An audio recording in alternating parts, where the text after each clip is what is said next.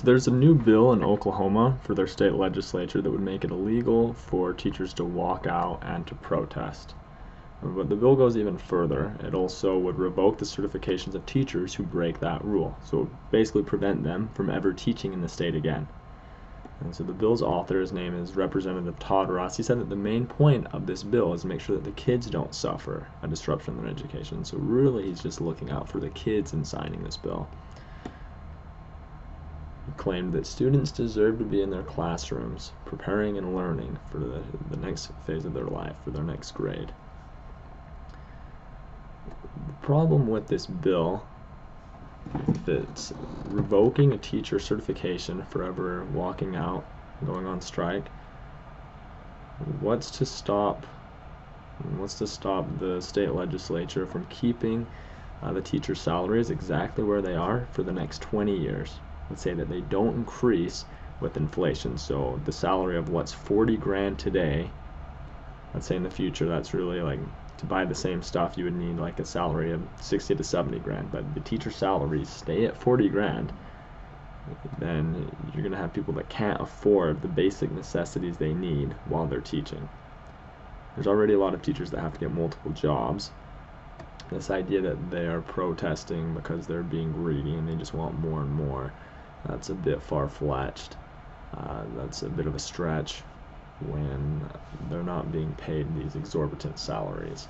I'm a teacher myself, and so I think the idea of punishing a teacher for walking out or for striking is problematic. Part of the reason why the state of Oklahoma, why they increased their education funding, was because of the threat of the walkout. The Oklahoma Education Association president says that it was the threat of a walkout that spurred lawmakers to give schools more funding. This is a historic battle that's been going on for decades of labor versus the employers. People go on strike for a reason. It's because the employers need them to work to keep things functioning. So if they all agree to go on strike at one time, then it's going to put more pressure on their bosses to increase their pay. Those that are against unions, those that are against strikes, they often lack a basic understanding of the Industrial Revolution and the working conditions that people were facing before they were organizing together. You had people that were working long hours for extremely little pay.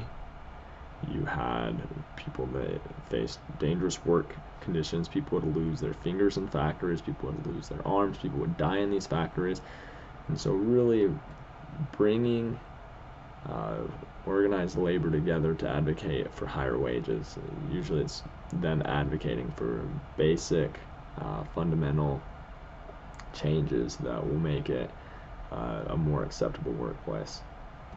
If there is not an emphasis on paying teachers a living wage, then who is going to want to be teachers?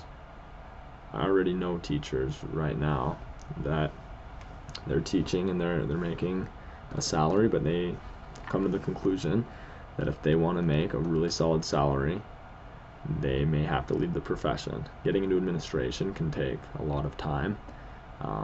Oftentimes older administrators, they go with older administrators. It can take a lot of time, and so they've come to recognize, like, hey, if I want to make over $60,000 before the time that I'm 35, I may have to go and get a master's in some kind of business related field. And so you're going to see people leaving the profession, and the bar is not going to be raised for teachers if they pay them law.